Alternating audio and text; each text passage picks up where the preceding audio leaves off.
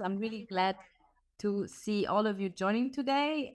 We will stay together not for long. As I said at the beginning, you can leave your camera off if you prefer, especially if you're having lunch, given the time. But we also would love to see you also. Thank you so much to Kalena and Rafael, because it's lovely to be able to see you, I have to admit.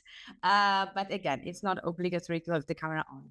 So today, I'm super happy to be with my colleague Julie from Debating Europe as well, with some of you may have seen, but also with a great team from Palumba U, Miriam and Paul, who are very smart and motivated young people who put together this super cool app that they will present you very, very soon.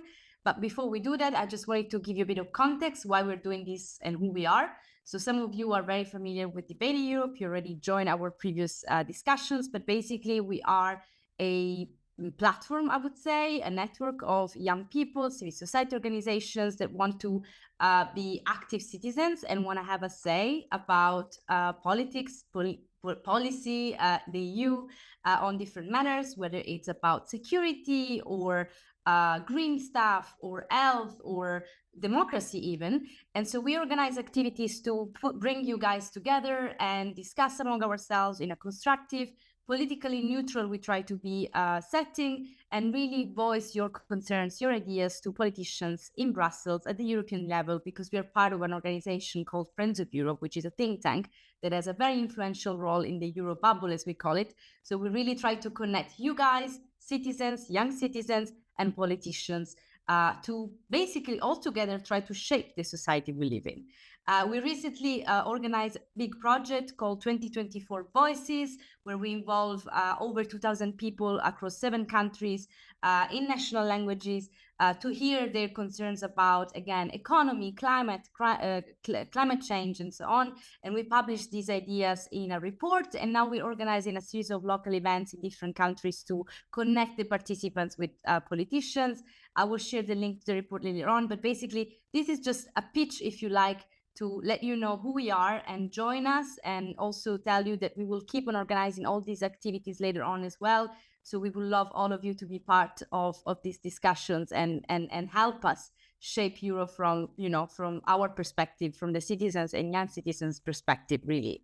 So I assume that many of you are here today are quite familiar with the fact that we're approaching the European elections on 6th and 9th June. So this is not going to be a boring lecture about the election at all, but just a very quick snapshot to give context to then most part of the discussion today, which will be led by Palumba, and we want this to be interactive. But don't be scared, don't leave the call now because I said interactive. It's just actually, we want you to feel participating to this call today. So basically, you know that basically we will have over 375 million people voting, hopefully, on the 6th, 9th June from the EU across 27 member states. What I've found very interesting is that we always look at the US election as the biggest election in the world, but actually I saw that we will only have 234 million US citizens voting, which is much less compared to almost the 400 million EU citizens who are voting in June. And I found it quite interesting, to give the weight of this election. For the first time, many 16 years old citizens can also vote, which I also find very, very interesting and curious to see whether this will change anything in the outcome of the election. And we will have 720 MEPs that we will elect. So, it's a big election, and I can go on and on, but basically I just want to give you a very quick overview. Again, as I said, this shouldn't take too long, and I will actually put a link to an article from Politico that I found super, super well done. It's a beginner's guide to the EU election. And sorry, I'm not so good at doing 2 things at the same time. And there you can find much more information about the election. So I don't wanna spend too much time on this. Now I will hand over to Miriam and Paul. Guys, I will let you introduce yourselves because I think you can do it much better than if I do it, and guide us through this exciting app that you've put together. Thank you very much. Great. Hello, thank you. And thank you everyone for being here. My name is Paul Villaverde. I'm the president of Palumba, which is a nonprofit youth organization uh, created a few months ago only with a very bold goal, which was combating youth abstention in these European elections and doing so at scale. So we really are pushing to increase the turnout of young Europeans. And we are doing that through an app, which maybe you know, but maybe Miriam, you want to introduce yourself as well? Sure. Also, a big hello from my side. My name is Miriam.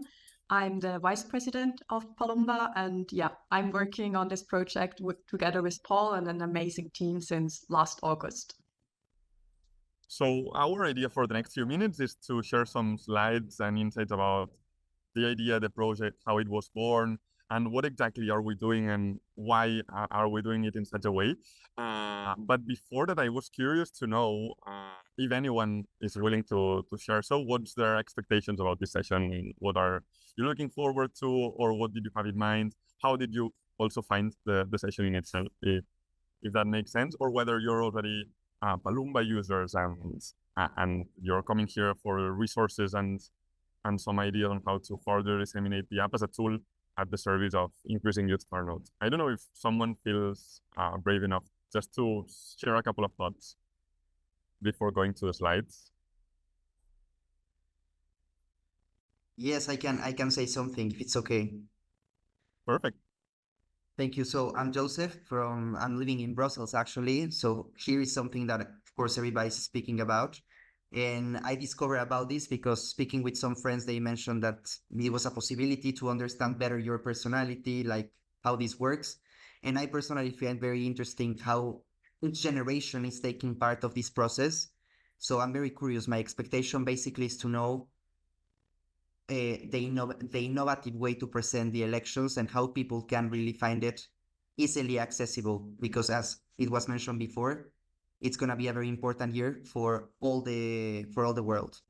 So, well, of course, a bit of our story and our narrative has to do with precisely that, with gathering together as people who are very much inside the bubble, young Europeans from different countries who gathered in different settings last summer during the European Youth event, but particularly during the European Formalbach, and trying to look into data and understanding what's important about youth participation, going a bit beyond the usual uh, engagement ideas and narratives. And some worrying data that we found out has to do with the fact that young Europeans seem to take democracy a bit more for granted. We seem to be a bit more comfortable with non-democratic ways of ruling. And also, in both in sociology and political science, it's very clear that democracy is a social habit. And researchers keep proving that in the sense that if you go out and vote when you're 16, 17, which is already the case in some European countries for these elections that have lowered the voting age, or when you're 18 and 19 and probably still live with your parents, the likelihood of you developing just a habit to do that, and once you emancipate and you live on your own with your new family unit, let's say, that you keep voting in future elections is very high. So if we manage that young Europeans vote for the first time, then this impacts directly the health of democracy in the mid run and in the long run in 10, 15 years, because they are already involved in the kind of circuits and bubbles that would lead them to uh, vote to a different party if they didn't like the way in which their vote and their trust was handled by the previous electoral cycle, and so on. So this social component of voting is something that really is important for us. So the mission is clear. If we target young Europeans, we can have the most impact probably in the health of democracy in the mid to long run, which is very important for us. And there's also this. Many of you may have seen that in the last weeks, there was this piece of news about the European Union trying to beg Taylor Swift and other pop stars to ask young voters to actually go vote. And in a way, we are an answer to this call, because it turned out that this was not very successful, although this institutional campaign by the European Parliament is now better than the one 5 years ago, probably. But it's hard to really get institutions to burst the bubble and reach people who are not the usual suspects because they don't have the tools, they don't speak the language of young Europeans sometimes, and in terms of communications, it's very hard to reach out to them. But even if they got Taylor Swift to during the Eras Tour say something about the EU elections, how likely would it be that your average young European, your average Swiftie, let's say, has the tools and resources to understand the legislative process of the European Union, the complexity of the European groups vis-a-vis the national candidacies that they will be able to vote for, the complexity of trilogues, and so on and so forth. So we thought that it would be worth it to try to design a tool that bridges that gap and that is actually useful. And so we gathered in these European settings that we were saying, and particularly during the European Formaldag, we discovered that traditional ways of doing youth engagement don't work anymore. When you run a workshop, when you run a seminar, when you run some sort of events, which may be super interesting, like hopefully the one we're having now, it's mostly people who are already going to vote who join, and we could rather see them as multipliers, but not as the real target audience. And so knowing that we share this from different countries brought us to say, okay, let's explore the very underexplored digital space to do ethical stuff, proactive and propositive stuff about participation in the elections. But we really wanted to then see how we can do something effective. And we'll dive deep into the unique electoral behavior of young Europeans. And I will not bore you with the research, but in essence, there's two key points that are important for us. One is that young Europeans do issue-based voting. So in essence, what this means is that we are mobilized by specific topics, whether that is mental health, climate change, or the war, whatever. This is what moves us, and not the vague abstract claims about the importance of the EU or the importance of democracy. So that's one thing. And we wanted to design a tool that answers to that call. And as you know, in Palumba, the topics are at the center, the specific questions are at the center, and not the vague claims about the importance of voting. And then secondly, we are last-minute voters. More than average and more than other generations, we decide whether to vote or not in the last hours or days before the elections. And that's why we designed something to become viral in the last weeks. And so that's why we're here now, to really make the last push, because we know that tools like the one that we will be using really get most of their traffic in that decisive window of time. And so why what we are doing is not yet another failed ethical attempt to do something in the digital world, or that's at least our theory, because we are basing ourselves in a model that already works, which is that of voting advice applications. If you're German, Valomat may ring a bell, or even traditional media do them. And in essence, they are those vote recommenders that almost work like a personality test, and where the big hook for users is seeing the screenshot of the results that a friend sent and exchanging and comparing those results. It's intrinsically interesting, curious, and sparks political conversations that would otherwise not exist. And that's what we're all about, sparking those conversations where you may disagree or have different results than your friend, and then you're suddenly talking about politics over a beer. And that's exactly the point, because this has been very studied in political science as well. And the likelihood of these people who have undergone this 5, 10, 15-minute process of using the app, likelihood that they then go to vote is way higher. And we wanted to really push the limits of what's intrinsically viral and shareable. So you'll see that the whole app is designed to have this very specific target audience in mind, with references to Taylor Swift, with inside jokes, with hidden details here and there. And then just maybe Miriam, you can tell us a bit more about the process that got us here. Yeah, sure. Because Paul now told you a bit more about our background and how we came to really foster this idea.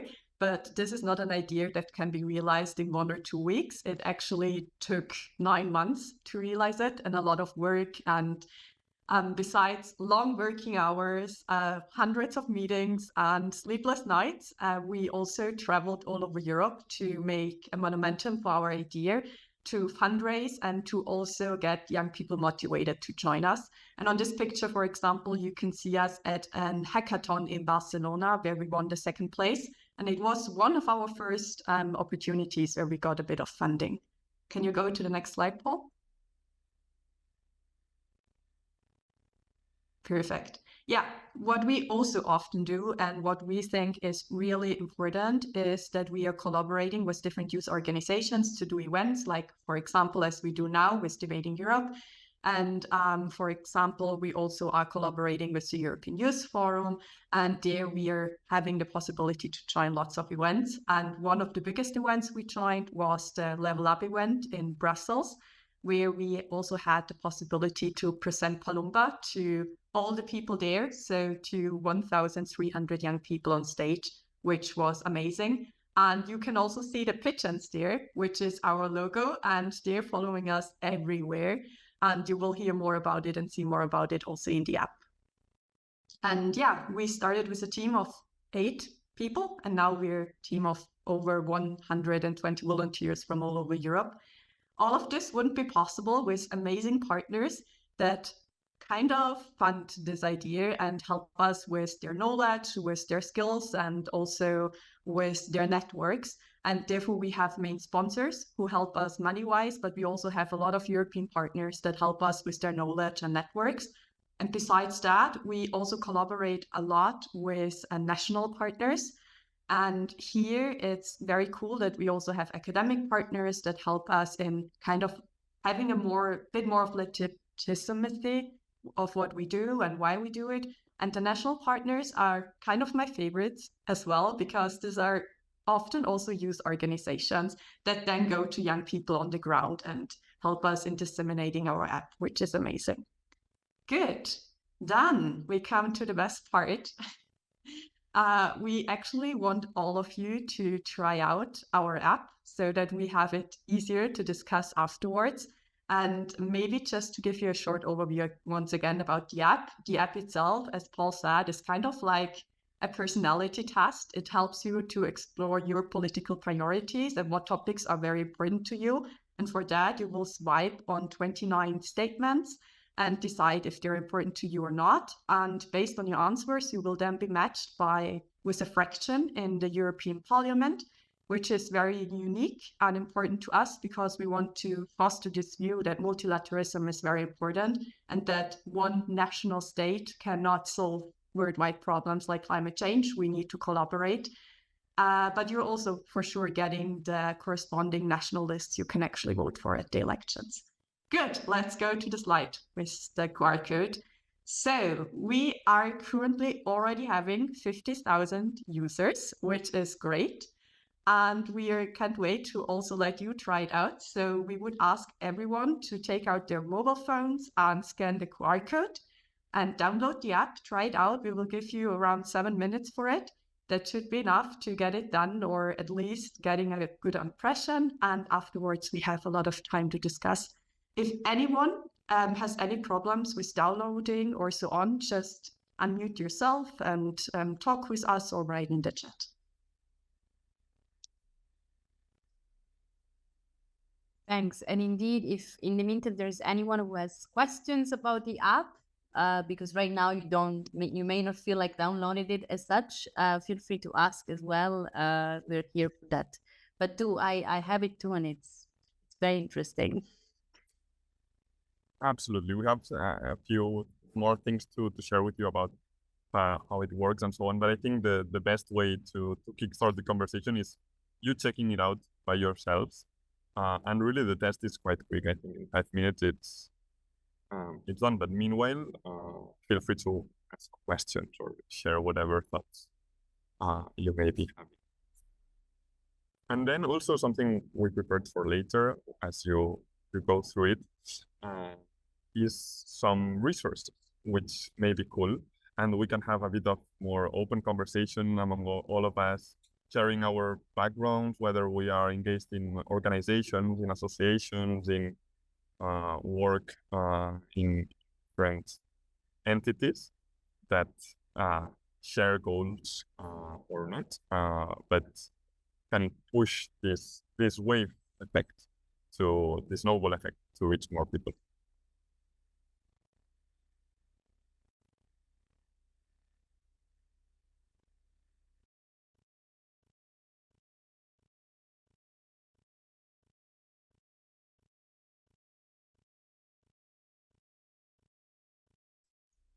Maria Elena, I see that you want to ask a question, but we cannot hear you.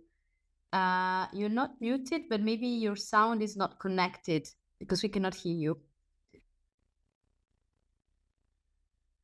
So hopefully we can. Yes, please. Otherwise, feel free to. Now, can you hear me? Yes, very well. Okay. Hi, everybody. I'm Maria Elena Chiodo from Italy, from the middle part of the Italy, and I am one of the member of the Europe Direct, Europe Direct, and I will use Palumba in my next event on 5 of June with scholarship and the newcomer voters, because I think it's a very grateful instrument to understand better our part in Italy and all the party in Europe. Thank you so much, guys. Thank you, Maria. This is so nice to know. Yeah, honestly, that sounds amazing.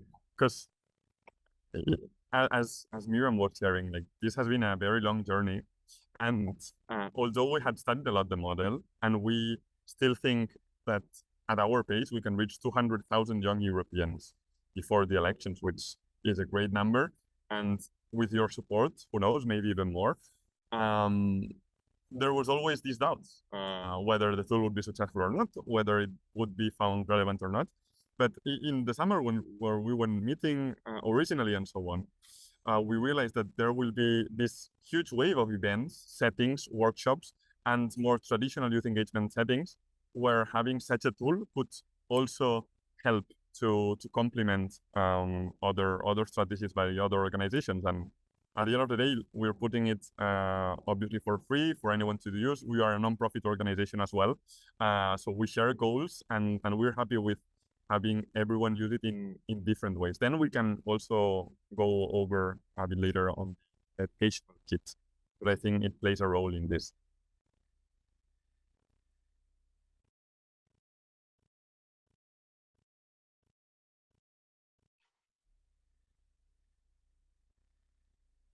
Hi, maybe I can say something as well. My name is Anne van Gooy. I am volunteer with Volt Belgium. I am a teacher. I teach the students, or my students are in the age category that you are targeting. And I am, yeah, I'm impressed. I downloaded the app just now. I see that I'm a bit surprised by certain results though, but that's okay. I haven't gone through all results yet, but it's really great because I have studied European studies when, as a master. I worked a few years for an MEP in the European Parliament, worked for the European Commission. Then I became a mom, and for 10, 15 years, I haven't been involved in EU politics. It's only since 6 months that I'm back into it somehow. And I love your project, really. Well done. I just wanted to congratulate you because the design is great, and I'm already promoting it towards my students. So yeah, heads up.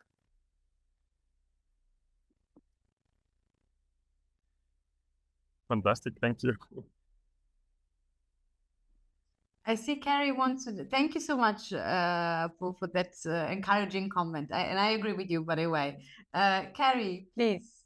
I'm really happy that you said something about Volt. I'm candidate for Volt Sweden for the European Parliament elections.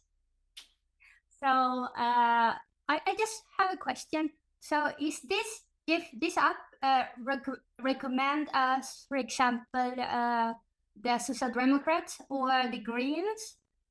How specific can this app be? Because we vote with it with the Greens, but not. I can say that maybe not all EU citizens know about that. Absolutely, and I think that's a great question and a great point. And actually, one of the reasons why we exist, or the few things on which we can say we have an opinion, which is we want to connect citizens directly between what happens at the European level and what's happening to them. And so sometimes it's hard to understand the relationship and the complexity of European groups and then national candidate lists. And there's these debates about splitting candidate and not going forward. And there's these debates about, but those things, at least at the moment, since they're not implemented and since they are far away from most citizens, what we need to do is to accommodate for the complexity of the system and really help people understand this connection. And so what we decided upon is basing ourselves in the groups of the European Parliament, although we know that there's a lot of heterogeneity inside them. And so our scientific board of advisors, as well as, our scientific council, as well as our academic partners at CIDOP, which is a think tank based in Barcelona, helped us to do precisely that and to looking into the party manifestos, but most importantly into past votes in the European Parliament for the issues that we put inside the app to make that matching happen in a way that is actually so transparent. It's out there and you can check. It's open source for anyone to look into and use and reuse and play with. So that's a bit the idea. I think from what I know with Volt, the matching is there. Hola. And since Volt is no European group in this past 5 years, we could not have them as that. But everywhere where there's a candidacy, this candidacy is inside it. Good. Paul, I think the 7 minutes are up. So everyone who wanted to try the app now had the possibility to get the first impression. Maybe we can share our last 3 slides, because then we can close the screen sharing and see each other a bit better, which will be very nice. Yeah, so we want to share with you some resources to show how you can use the app to reach your family, your friends, but also to support us. And for that, we have 3 things. First, just spread the word. Our app has one special tool, and that's the share button, because we want to give the possibility to everyone to share the results and therefore make the app known on social media, but also give the possibility to compare what you have with friends, with families, with people you're following on social media. Then we have, for the app, developed or implemented a media center where you can find a bunch of materials. Among others, there are a lot of app visuals, promotionals, there are slides you can use. There are also kind of the slides we use today. And one special thing we also have is an educational kit. The educational kit has finished school lessons that are around using the app in school. We have 7 finished school possibilities. We also have 2 workshop ideas in there, and we also have an explanation in there how a student can do a crash intervention, to just do an intervention themselves of just 20 minutes and explaining about the European elections and using the app. Therefore, it's also quite long. That's the reason it has 49 pages, but don't get discouraged by it, because you can just take out what you need and what is important for you. Because, for example, with the school lessons, there are lessons that are for students that have no idea about the European Union, but there are also school lessons designed for students that already know about the European Union and have an idea about the European elections. So they are for different, I would say, target audiences. There's also the materials inside and all the explanations. And yeah, if you use it and you have any questions, don't hesitate to reach out to us. I'm always happy to adapt and learn something new, because I'm a teacher myself and I designed this educational kit. So I'm always happy for feedback on that. Yeah, and then the third thing, which is the most exciting normally for people, is that we now have the possibility to send you flyers and stickers if you want to. You can receive flyers and stickers from us that you can distribute at your workshops, at events, at your university, at the train station, wherever you want. We will send them out this week. So if you would like to also receive some of these flyers and stickers, just scan the QR code and there will be a short form that you have to fill out for that. Paul, did I miss anything, or do you want to add anything before we close the slides? I think so. I think that's the three main things that we put at the service of you and everyone in this bubble, let's say, multipliers and so on. And we would ask you to further spread the word. Sometimes it seems like going viral in social media is almost impossible, and it's hard. But we have studied it, believe us, a lot, how these tools can get out there in the last weeks, and it's happening for Italy in our case, for example. Some influencers are doing some reels in a very spontaneous way about the app, and when people get to use the app and have the results in front of them and share the results in social media with their friends, whether that's a WhatsApp group, whether that's an Instagram story, whether that's a tweet, the chain of virality really sparks. So if you live in a specific city, region, or even country, and you gather some friends, acquaintances, school students, or a couple of social media accounts and other organizations, and agree on a date between today and the election date where you go crazy about pushing a bit for the app with a screenshot of the results or just the link for download or whichever resources you may find useful. And you have a bunch of screenshots and templates in the media center that we shared. You can really kickstart a virality effect in your region, in your city, that jumps from one place to another. Like we've seen this as well in Spain, in Twitter. Dozens and dozens of people are using the app and sharing the screenshot of their results, and then a friend answers and quote retweets them in a chain that has hundreds of people in it. So you can kickstart that as well in your country during the next week, which is also the key moment because it's when you see about the elections in the TV, you see traditional media are speaking about it, and through this sheer scale of having hundreds, thousands, and actually tens of thousands, and why not hundreds of thousands of people inside the app and sharing about it, then there's a percentage of those which are outside the bubble actually, and who would have otherwise not voted. And it has already happened to us. The other way it was funny because I went to back to the university where I studied a couple of years ago, and in the bar, in the cafeteria, there were groups of students gathering around the table and using the app and laughing and exchanging their results. And that was spontaneous, and was very, very nice to see as well. I think we have some other slides and resources and explanations on how the app was done more in the background, but I think we can leave it here and go back to seeing our faces. Yeah, because I also saw we have a question in the chat, and I would love to answer that one. Thank you for asking that. Yeah, I know. I would say this is one of my most favorite questions because I worked on the content and more especially the statements since months when it comes to that. And the question in the chat was maybe for everyone, the question why our questionnaire in the app only contains 29 statements and not more, because therefore it can also not cover everything topic-wise. That was very intentional, actually, and it was a long road to get to the 29 statements because maybe to give you a bit of background, for getting to our statements, we analyzed past EEAs for EU elections, but also for national elections to collect statements from there that are interesting.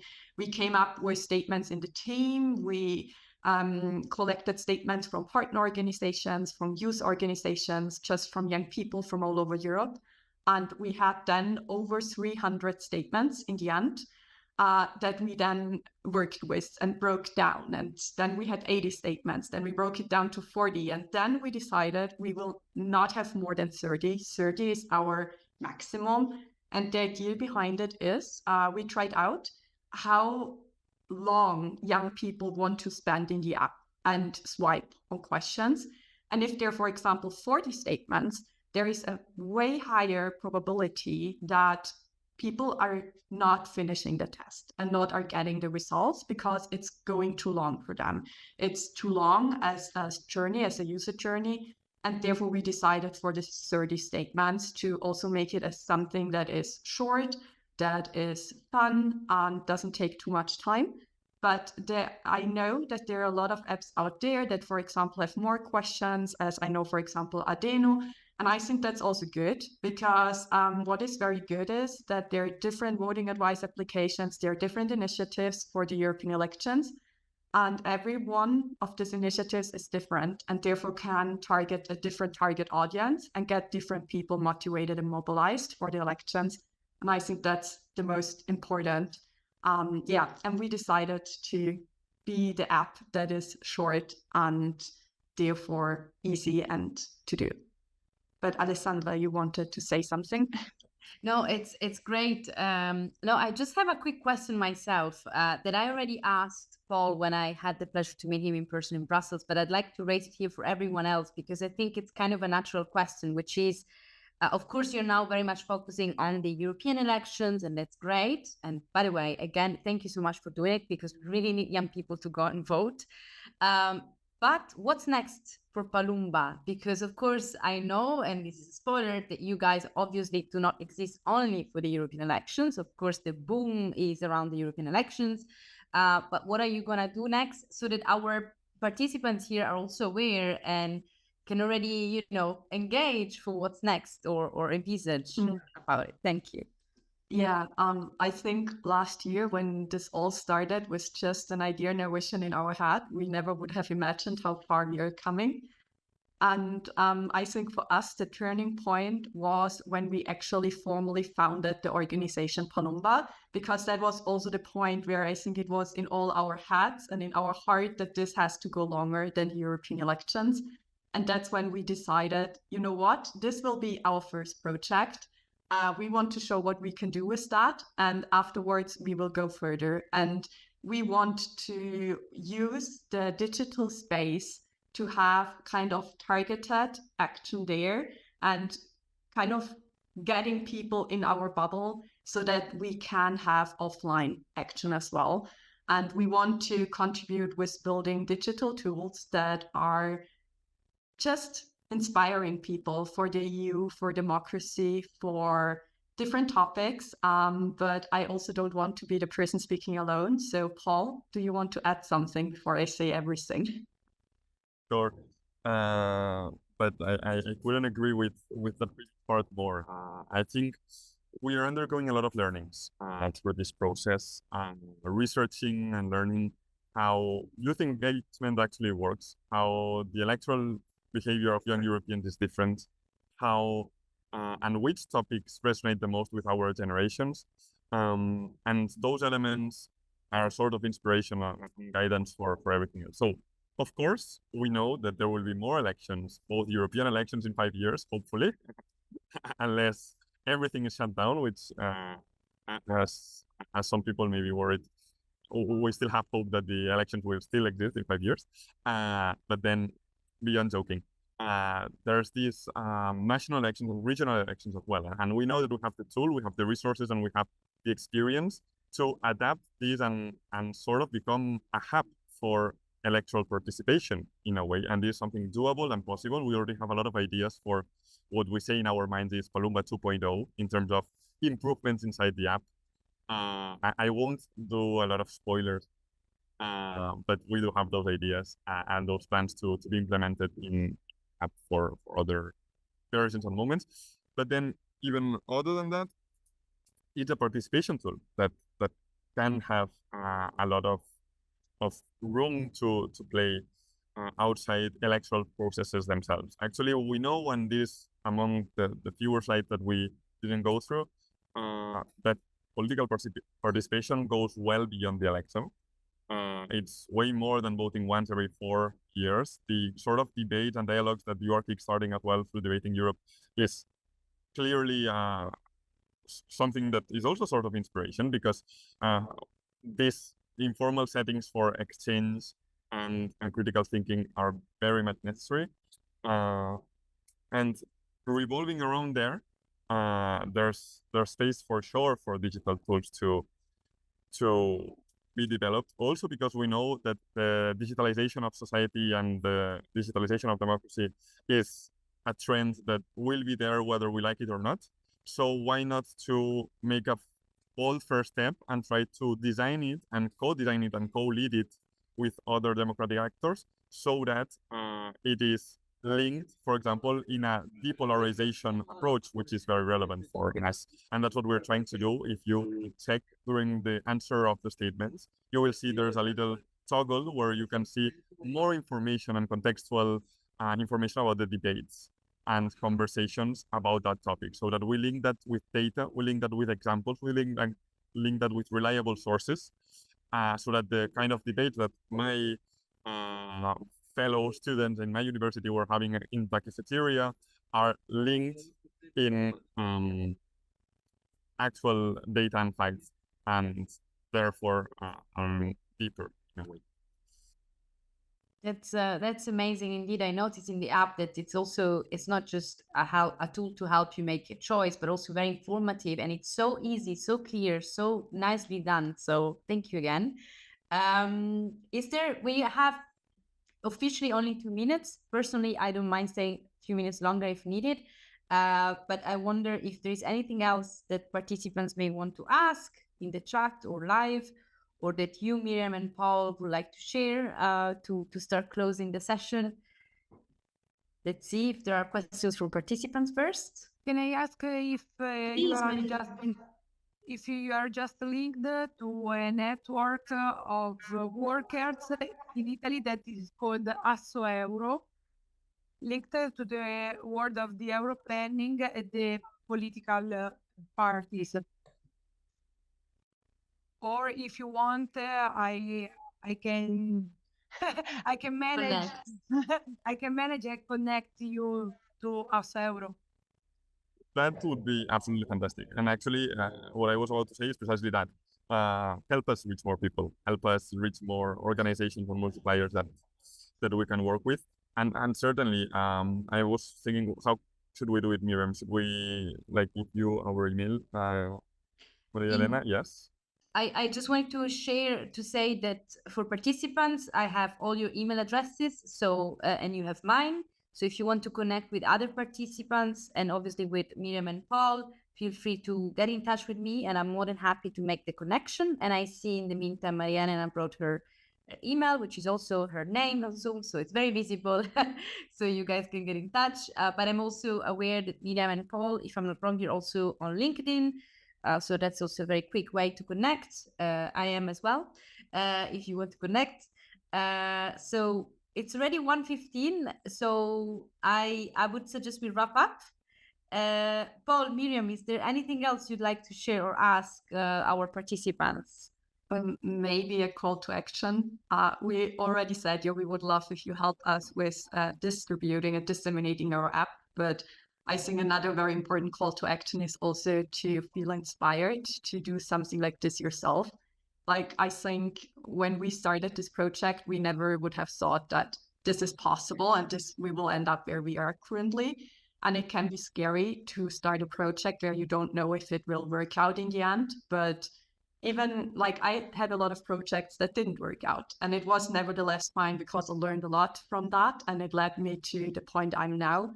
So please also always feel open to start a project. It doesn't need to be something big. It can just be doing a workshop or organizing a community event. And if you need any help with that, especially when it comes to organizing the first project or community event, please also don't hesitate to reach out to me.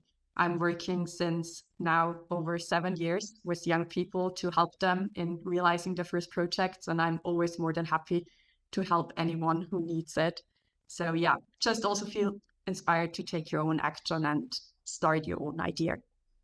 And for me, just a quick thank you to all of you who attended to Debating Europe, to Alessandra.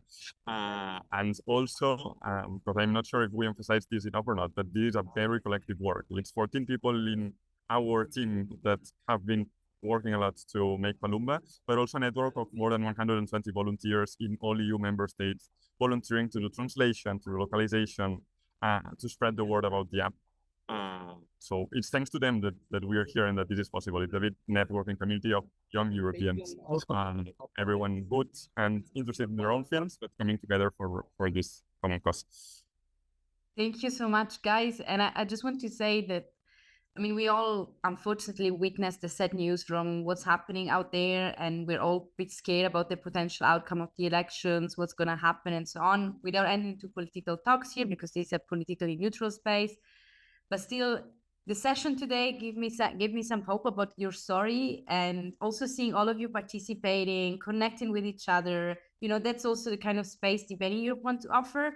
Exactly as you said, democracy is not the elections; it's a constant engagement, which we all understand can be challenging and tiring and boring sometimes, but we really want to offer spaces where you can engage easily in your daily life, connect with your great like-minded people like all of you, but also people like Palumba that are putting this together. And frankly speaking, what you guys are doing will contribute to some impact of the election outcome. So you are doing democracy, and that's the kind of things we want all of you to get inspired from. So on this very cheesy, hopeful note, I wish you all a great rest of the day. I want to thank you very much, all of you, for participating, for taking the time to be here. Stay tuned for other similar opportunities in the future. And obviously, a big thank to Miriam and Paul for leading the session and really for putting Palumba together with the rest of your team. Well done to them as well, indeed. Thank you so much, everyone. Stay tuned and we'll stay in touch.